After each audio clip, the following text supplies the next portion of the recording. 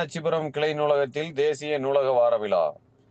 நெல்லை சந்திப்பு மீனாட்சிபுரம் கிளை நூலகத்தில் 58வது தேசிய நூலக வார விழா நடைபெற்றது. நிகழ்ச்சிக்கு தமிழ்நலக் கழகத்தின் மாவட்ட செயலாளர் பாப்பாக்குடி செல்வமணி தலைமை தாங்கினார். தாமிரபரணி வாசக வட்ட தலைவர் முனைவர் சரவணகுமார் அனைவரையும் வரவேற்று பேசினார். பாரதியார் உலக பொதுச்சேவை நிதியத்தின் செயலாளர் முனைவர் கணபதி சுப்பிரமணியன், தேசிய வாசிப்பு இயக்கத்தின் தலைவர் தம்பான் ஆகியோர் முன்னிலை வகித்து நூலக வார விழா குறித்து பேசினர். முன்னாள் பிரதமர் இந்திரா காந்தியின் பிறந்தநாள் விழாவை முன்னிட்டு அவரது திருவுருவப் படத்திற்கு மாலை அணிவித்து மரியாதையும் செய்யப்பட்டது. தொடர்ந்து மாணவிகள் சுபேதா, சிவானி, சங்கரபாண்டியம்மாள் ஆகியோர் இந்திரா காந்தியின் தேசிய பணிகள் குறித்து பேசினர்.